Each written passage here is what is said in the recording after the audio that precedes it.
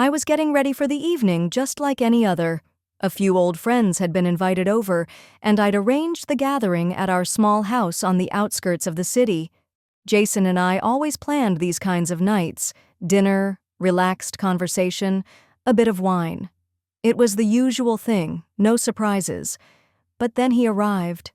Neil, Jason's friend, who I'd seen occasionally, was the last to show up. I'd always considered him just a friend of my husband's, but there was something in the way he entered that made me feel uneasy. It wasn't anything obvious, no dramatic gesture or odd behavior, but the air around him seemed to shift the moment he stepped inside. I noticed it immediately, even though I tried not to.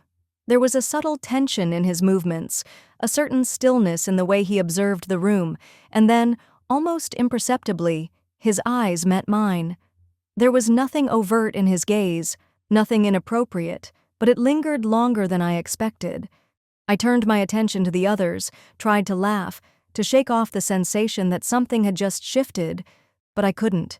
It was like his presence had suddenly filled the room, making everything feel heavier. The conversations around me continued, people laughing, talking, but I couldn't stop feeling his eyes on me. I pretended not to notice, but each time I looked up, he was there, his gaze unwavering, intense. And when our eyes met, I felt something stir deep within me, something unfamiliar, something unsettling. The longer it went on, the more my heart raced. The more I tried to dismiss it, the harder it became to ignore. Something had changed, something that I couldn't quite place, but I knew it was there. Something in the way he looked at me made me feel like I was standing on the edge of something I couldn't control. We didn't talk much, just the usual polite chatter. How's work? How's the family? But with every word Neil spoke, it was as if a shadow was cast between us, a strange tension hanging in the air. Everyone else seemed lost in their own worlds, laughing and joking, completely at ease, while I couldn't escape the feeling that his gaze was following me, like a presence that refused to leave. I tried to push it out of my mind, to focus on the conversation happening around me, but it was impossible. Every time I glanced toward Neil, it was as if he was waiting for me to look, his eyes always locking with mine in a way that made my pulse spike. His attention was unnerving, but there was something magnetic about it, something I couldn't shake off. It wasn't just in his eyes, it was in the way he carried himself, calm, controlled, yet oddly intent. At one point, I excused myself, needing to escape to the kitchen to clear my head. I leaned against the counter, holding a glass of wine, trying to focus on the sound of the night, the way the wind rustled through the trees outside, but the quiet was shattered by the sound of footsteps. Neil. He was standing in the doorway just looking at me. His expression was unreadable, but his presence filled the space between us, making everything feel different. "Need a break from all that noise?" he asked softly, his voice low, as if he were asking something more than just a casual question. I smiled, a bit forced, trying to seem normal, to brush off the strange discomfort that was building inside me. "Yeah, just needed a moment." I tried to step back, away from him, but he didn't move. He stood there, lingering in the doorway, his eyes still fixed on me, too steady, too knowing. I couldn't understand why it made my heart beat faster. It wasn't just the fact that he was standing so close, or that I could hear his breath, but that strange tension between us that kept growing, pulling tighter with every passing second. There was no denying it now. I felt something shifting, something that had never been there before, something that I couldn't name but that I was afraid to acknowledge. I should have stepped back, should have ended the conversation and gone back to the group, but I didn't. Instead, I stayed there, frozen by something in his gaze, something that made it impossible to move, to even speak clearly. And for the first time that night, I wondered if I was standing at the edge of something that I wasn't sure I wanted to fall into, but was already too deep to escape. The night dragged on, and I felt a growing unease. Jason and the others were caught up in their conversation, but I couldn't shake the feeling that something was changing. I needed a moment away, so I slipped into the kitchen, hoping the silence would help me regain control. As I stood by the window, my glass of wine in hand, I thought I might be able to relax, but then I heard footsteps again. Neil. He was standing in the doorway, his presence filling the space like it had earlier. Need a break from the chaos? His voice was calm, but it seemed to linger in the air longer than it should have. I smiled faintly, trying to act like everything was fine. Yeah, just some quiet. But my smile felt empty, because I knew I wasn't just trying to get away from the noise, it was him. It was the way he was looking at me. Too closely, too intently. I felt like I was being pulled toward him, even though every instinct told me to stay away. He didn't move, just stood there, his eyes never leaving mine, and as his gaze lingered, I felt a flutter in my chest. It was a strange, unsettling feeling, but I couldn't look away.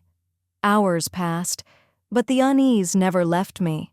The evening felt like a blur of laughter, clinking glasses, and idle conversation, but my mind was elsewhere.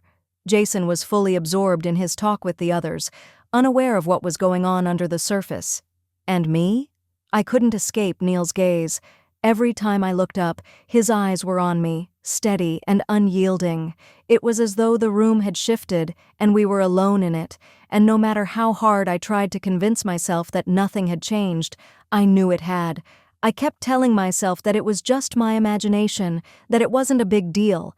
But as the night wore on, the pull between us grew stronger. I couldn't deny it anymore. It wasn't just the looks, the subtle touches. It was the tension in the air, the silent electricity that hung between us.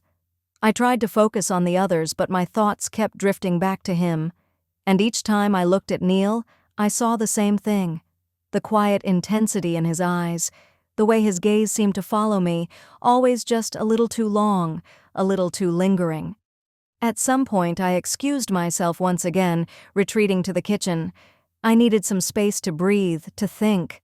The noise from the living room was a dull hum in the background, but it only made the silence around me feel heavier. I leaned against the counter, holding my glass of wine, letting the cool glass soothe my hand, but nothing could calm the tension inside me. Then I heard it again. Footsteps. The quiet shuffle of someone coming closer. I didn't have to look to know who it was. Neil. He stood in the doorway, just like before, his presence filling the space around me. "You've been quiet," he said, his voice low, smooth. "Are you all right?" I nodded quickly, but the lie felt like it weighed on me. Yeah, just needed a break. He didn't move, didn't step back. Instead, he stepped closer, slowly. My heart beat faster, and I felt my pulse quicken as he came into my space, the distance between us narrowing with every breath. It wasn't just the physical closeness, it was the weight of his presence, the way his gaze seemed to penetrate me, to see past the surface. "Are you sure everything's okay?" His words were quiet, but there was something underneath them. A question I didn't want to answer, a question that made my chest tighten. I tried to force a smile to make the moment pass. "Yeah, just fine." But my voice was shaky, and I could feel my composure slipping. I knew I was lying. I knew something had shifted, and no matter how hard I tried to convince myself that it was nothing, I couldn't shake the feeling that everything had changed, that something between us had broken the surface and was now impossible to ignore. Then, without thinking, I took a small step back, but he mirrored it, closing the space. And for a split second, I couldn't breathe. I was acutely aware of every single detail, his breath, the warmth radiating off his body, the way his eyes stayed locked with mine, unwavering, never once looking away. His hand brushed against mine. It was barely a touch, but it sent a shock through me straight to my core. I froze, heart pounding in my chest, unable to move, unable to speak. His touch lingered there for a moment before he withdrew, but I couldn't ignore the feeling that had bloomed in my chest. I should have pulled away. I should have told him to stop, but I didn't. Instead, I stood there, torn between what I knew was right and the undeniable pull toward him. My mind screamed at me to stop, to walk away, but every instinct in my body told me to stay, and I couldn't ignore it anymore. I couldn't pretend that nothing had changed, and in that moment I realized nothing would ever be the same again. The next morning, I woke up feeling as though the world had shifted on its axis. The house was quiet, the sunlight streaming in through the windows. But all I could think about was the night before, the touch, the tension, the weight of what had happened. I had hoped that when the new day began, the thoughts would fade, that the feeling would leave me. But it hadn't. It lingered, hanging around me like a heavy mist that wouldn't clear. Jason was in the kitchen when I woke, preparing coffee like he always did, and for a brief moment, I convinced myself that everything would be okay, that I could pretend it hadn't happened, that I could push it away and go back to normal. But deep down, I knew that wasn't possible. I knew something had changed, and there was no pretending otherwise. As I sat down to breakfast, my phone buzzed. I picked it up, expecting a message from a friend, but when I saw the caller ID, my heart skipped a beat. It was Jason, but it wasn't a text this time. It was a call. I quickly swiped to answer, trying to sound normal, trying to shake off the sense of dread that had settled in my stomach. "Hey, babe," Jason greeted me, his voice bright, unaware of the storm brewing inside me. "Just got off the phone with Neil." He wanted to check in, see how we were doing, after last night. I nodded, trying to mask my discomfort, but it was impossible. I could hear the way his voice softened when he mentioned Neil's name, and a knot twisted in my chest. "He also mentioned that he wanted to meet up again sometime soon," Jason continued. "He said it's been too long since we all hung out, What do you think? I didn't know how to respond. The thought of seeing Neil again, of being anywhere near him, made my stomach churn, but I couldn't say no. It would seem strange. Jason would think something was off, and I couldn't let him see that. Not yet. "Yeah, sure," I heard myself say, my voice betraying nothing. "That sounds fine." There was a brief pause on the other end of the line. I could almost hear Jason smile. "Great. I'll text him. We'll figure something out." I hung up the phone, but I didn't feel any relief. If anything, I felt trapped. I knew that meeting with Neil again would only drag me deeper into something I wasn't ready to confront. But I didn't have a choice now. The wheels were already in motion, and I could already feel the inevitable pull toward him again. And just as I expected, when I got back to the house later that day, Neil was waiting outside. His figure was familiar, yet the tension between us felt thicker than ever. I hadn't even gotten out of the car before I saw him standing by the door, holding a small bag. "I thought I'd drop by," he said with that same easy smile, as if nothing had happened. "Just bringing you a few things you left last week." I nodded, but I couldn't bring myself to say anything. I didn't know how to act, how to look at him without giving away too much. But I couldn't ignore the way he looked at me, that knowing gaze that sent a shiver down my spine. "I'll just leave these here," he said, holding the bag out to me. As I reached for it, his fingers brushed mine, and I felt the familiar electric shock run through me. "Thanks," I whispered, unable to form any other words. Neil didn't move. Instead, he stayed there, eyes locked on mine, and in that moment, I knew. I knew this wasn't just a casual exchange. It was a game, a dangerous one that neither of us could pull back from. And the more I tried to convince myself that I should be uncomfortable, the more I realized that I wasn't. It had only been a few minutes since Neil dropped by, but already everything felt different. The air in the house seemed heavier, thicker. My thoughts were racing, heart beating a little too fast for comfort. I had barely closed the door when the tension between us hit me like a tidal wave. There was no denying it now. What had started as something small, something subtle, was now impossible to ignore. I stood there, staring at the bag in my hands, trying to make sense of what had just happened. It was just a few things, insignificant, really. Yet, it felt like a message, a sign of something deeper, something neither of us was willing to acknowledge. I couldn't bring myself to look at him again, afraid of what I might see in his eyes, but I could feel his presence still lingering in the room, filling every corner with something unspoken. I told myself it was just a passing moment, that I was overreacting. But the truth was I didn't know anymore. The line between what was right and what was dangerous had blurred, and I was standing on the edge, unable to step back. "Thanks," I said quietly, my voice barely audible. I was trying to sound normal, trying to convince myself that nothing had changed, but my words felt hollow. I wanted to say more, but I couldn't find the courage to voice what I was truly feeling. Neil didn't respond right away. He just stood there, watching me, that knowing look never leaving his eyes. And in that moment, I realized how much his gaze had shifted, how much it had grown heavier over the course of the past few days. His presence wasn't just filling the room, it was consuming it, pulling me in like a magnet, and I couldn't seem to fight it. "I should go," he said eventually, his voice a little softer than before. "But I just wanted to drop these off, in case you need them." I nodded, still not trusting myself to say anything else. There was no point in pretending I didn't feel the change, but I couldn't let him know I was aware of it. He turned to leave, but before he did, he paused. Just for a moment. Then, without looking back, he said something that made my stomach drop. "I'll see you soon." And just like that, he was gone. But the words he'd left behind hung in the air like a weight, a promise, or maybe a warning. I couldn't tell. I stood frozen in the doorway for a few moments, trying to regain my breath, trying to make sense of everything. My heart was pounding in my chest, and my hands were trembling, still holding the bag he had left. I didn't know how I was supposed to feel. Part of me wanted to shut the door, lock everything away, pretend it never happened. But the other part of me, the part that had been drawn to him since the first moment our eyes met, wanted to see where this would lead. But the truth was, I couldn't be sure what would happen next.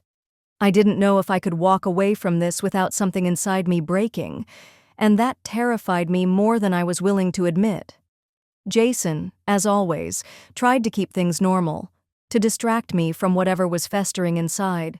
He suggested we head to his parents' lake house for the weekend, something we'd done many times before, a retreat to unwind, to reconnect. I should have been grateful for the quiet, for the chance to clear my head, but I knew better. The pull between me and Neil had become impossible to ignore, and now every time I thought I could push it away, it seemed to grow stronger, more undeniable. I agreed to the trip, mostly to appease Jason. He seemed so eager, so happy to spend time with me in a place that was meant to be a safe haven, but I couldn't shake the thought of Neil. It followed me like a shadow, creeping into my thoughts every time I tried to push it out. I wasn't sure what was happening between us anymore. Was it just a fleeting moment, or was it something deeper? I had no answers, only the growing, dangerous feeling that I was on the brink of making a choice that would change everything. The weekend started like any other. Jason and I arrived at the house, unpacked, and set up for the usual activities. Fishing, barbecuing, sitting by the fire. It was supposed to be comforting, familiar. But every moment I spent near Neil, I felt a growing tension in the air. We weren't alone. Jason's friends were there, as expected. The group was lively, chatting and laughing, but I couldn't focus on them. It was Neil. He was always nearby, always close enough for me to feel the heat of his presence. His eyes never left me, never stopped watching. It wasn't like the old, easy days when we could talk without thinking, when everything felt natural. Now every glance, every word between us seemed loaded with something unspoken. And every time we were alone together, whether it was just passing in the hallway or standing next to the grill, it felt like the space between us was shrinking, like it was only a matter of time before something happened. That afternoon, Jason and some of the others decided to go for a boat ride, leaving me behind to enjoy the peace of the lake house. I told myself it was the perfect opportunity to clear my head, to figure out what I was doing. But the moment they left, I felt the familiar pull again. Neil had stayed behind, as though he had been waiting for just this chance. We were alone. I sat outside on the terrace, staring at the water, trying to calm the storm inside me. But Neil didn't let me stay in peace for long.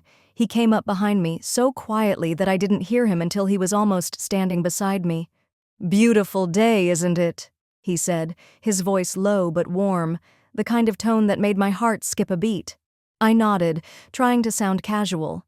Yeah, it's perfect. He stood there for a moment, looking out over the water, but I could feel his presence beside me like a physical weight. There was something in the air, something almost tangible, and it was pulling us closer together. I could feel it in the way my body responded to his nearness, the way my pulse quickened when he didn't move away. The distance between us seemed to shrink with every breath.